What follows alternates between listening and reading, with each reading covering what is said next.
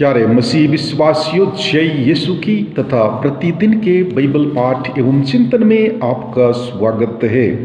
आज का पहला पाठ संत योहन का पहला पत्र अध्याय 5 पद संख्या 14 से 21 तक से लिया गया है।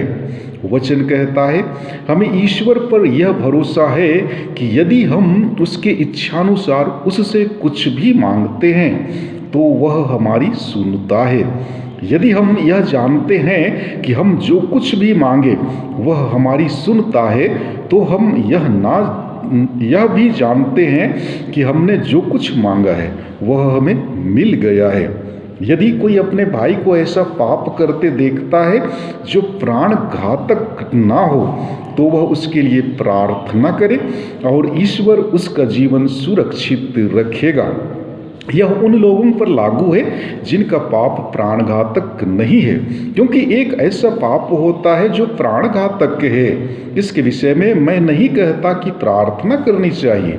हर अधर्म पाप है, किंतु हर पाप प्राणघातक नहीं है। हम जानते हैं कि ईश्वर की संतान पाप नहीं करती। ईश्वर का पुत्र उसकी रक्षा करता है और वह दुष्ट के वश में नहीं आता। हम जानते हैं कि हम ईश्वर के हैं, जबकि समस्त संसार दुष्ट के वश में है।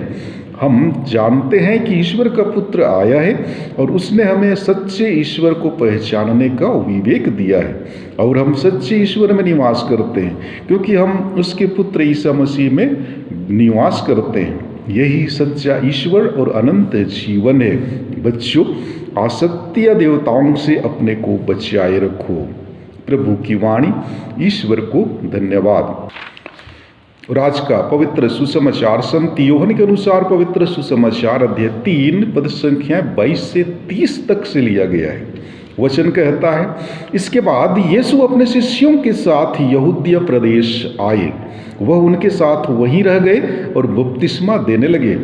योहन भी सलीम के निकट एनोन में बपतिस्मा दे रहा था, क्योंकि वहाँ बहुत पानी था। लोग वहाँ आकर बपतिस्मा ग्रहण करते थे। योहन उस समय तक गिरफ्तार नहीं हुआ था। योहन के शिष्यों और यहूदियों में शुद्धिकरण के विषय में विवाद छिड़ गया। उन्होंने योहन के पास जाकर कहा, गुरुवर, देखिए, जो यरदन के उस पार आपके साथ थे और जिनके विषय में आपने साक्ष्य दिया है, वह बपतिस्मा देते हैं और सब लोग उनके पास जाते हैं। योहन ने उत्तर दिया, मनुष्य को वही प्राप्त हो सकता है जो उसे स्वर्ग की ओर से दिया जाए। तुम लोग स्वयं साक्षी हो कि मैंने यह कहा है, मैं मसीह नहीं हूँ, मैं तो उनका अग्रदूत हूँ। वधू वर की भी होती है, परंतु वर का मित्र जो साथ रहकर वर को सुनता है, उसकी वाणी पर आनंदित हो उठता है। मेरा आनंद ऐसा ही है और अब वह परिपूर्ण है। यह उचित है कि वह बढ़ते जाएं और मैं घटता जाऊं। प्रभु का सुसमाचार। हे ख्रिस्त, तेरी स्तुति हो। प्यारे मसीह विश्वासियों, जय यीशु की तथा प्रतिदिन के बाइबल पाठ एवं चिंतन में आपका स्वागत है। आज प्रभु प्रकाश का पर्व है। आज का पहला पाठ नबी ईसायास के ग्रंथ अध्याय 60 पद संख्याएं 1 से 6 तक से लिया गया है। वचन कहता है, उठकर प्रकाशमान हो जा, क्योंकि तेरी ज्योति आ रही है और प्रभु ईश्वर की महिमा तुझ पर उदित हो रही है। पृथ्वी पर अंधेरा छाया हुआ है और राष्ट्रों पर घोर अंधकार, किंतु तुझ पर प्रभु उदित हो रहा है। तेरे ऊपर उसकी महिमा प्रकट हो रही है। राष्ट्र तेरी ज्योति की ओर आ रहे हैं और राजा तेरे उदयमान प्रकाश की ओर। चारों ओर दृष्टि दौड़ाकर देख, सब मिलकर तेरे पास आ रहे हैं। तेरे पुत्र दूर से चले आ रहे हैं। लोग तेरी पुत्रियों को गोद में उठाकर लाते हैं। यह देखकर तू प्रफुल्लित हो उठेगी, तेरा हृदय आनंद से उछलने लगेगा, क्योंकि समुद्र की संपत्ति और राष्ट्रों का धन तेरे पास आ जाएगा। ऊंटों के झुंड और मिद्यान तथा एफा की साड़नियां तुझ में उमड़ पड़ेंगी, और शबा के लोग प्रभु की स्तुति करते हुए सोने और लोबान की भेंट ले आएंगे। प्रभु की वाणी। ईश्वर को धन्यवाद। और आज का दूसरा पाठ एफेसियों के नाम संत पौलुस का पत्र अध्याय 3 पद संख्या 2 से 3 और 5 से 6 तक से लिया गया है। वचन कहता है, आप लोगों ने अवश्य सुना होगा कि ईश्वर ने आप लोगों की भलाई के लिए मुझे अपनी कृपा का सेवा कार्य सौंपा है। उसने मुझ पर वह रहस्य प्रकट किया है जिसका मैं संक्षिप्त विवरण ऊपर दे चुका हूँ। वह रहस्य पिछली पीढ़ियों में मनुष्य को नहीं बताया गया था और अब आत्मा के द्वारा इसके पवित्र प्रेरितों और नबियों पर प्रकट किया गया है। वह रहस्य यह है कि सुसमाचार के द्वारा यहूदियों के साथ गैर यहूदी एक ही विरासत के अधिकारी हैं, एक ही शरीर है के अंग हैं और ईसा मसीह विषयक प्रतिज्ञा के सहभागी हैं। प्रभु की वाणी। ईश्वर को धन्यवाद। और आज का पवित्र सुसमाचार संत मत्ती के अनुसार पवित्र सुसमाचार अध्याय 2 पद संख्याएं 1 से 12 तक से लिया गया है।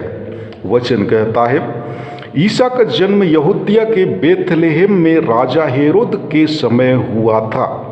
इसके बाद ज्योतिषी पूर्व से यरूशलेम आए और यह बोले, यहूदियों के नवजात राजा कहाँ हैं?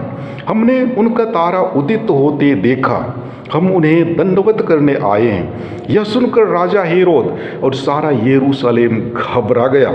राजा ने सब महायाजकों और यहूदी जाति के शास्त्रियों की सभा बुलाकर उनसे पूछा, मसीह कहाँ जन्म लेंगे?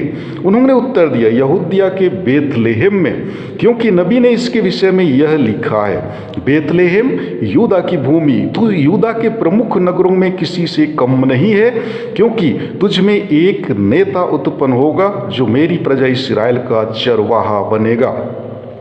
हेरोद ने बाद में ज्योतिषियों को चुपके से बुलाया और उनसे पूछताछ कर यह पता कर लिया कि वह तारा ठीक किस समय उन्हें दिखाई दिया था। फिर उसने उन्हें बेथलेहम भेजते हुए कहा, जाइए, बालक का ठीक ठीक पता लगाइए और उसे पाने पर मुझे खबर दीजिए, जिससे मैं भी जाकर उसे दंडवत करूं। वे राजा की बात मानकर चले गए। उन्होंने जिस तारे को उदित होते देखा था वह उनके आगे आगे चलता रहा और जहां बालक था उस जगह के ऊपर पहुंचने पर ठहर गया। वे तारा देखकर बहुत आनंदित हुए। घर में प्रवेश कर उन्होंने बालक को उसकी माता मरियम के साथ देखा और उसे साष्टांग प्रणाम किया। फिर अपना अपना संदूक खोलकर उन्होंने उसे सोना, लोबान और गंधरस की भेंट चढ़ाई। उन्हें स्वप्न में यह चेतावनी मिली कि वे हेरोद के पास नहीं लौटे, इसलिए वे दूसरे रास्ते से अपने देश चले गए। प्रभु का सुसमाचार है। ख्रिस्त तेरी स्तुति हो।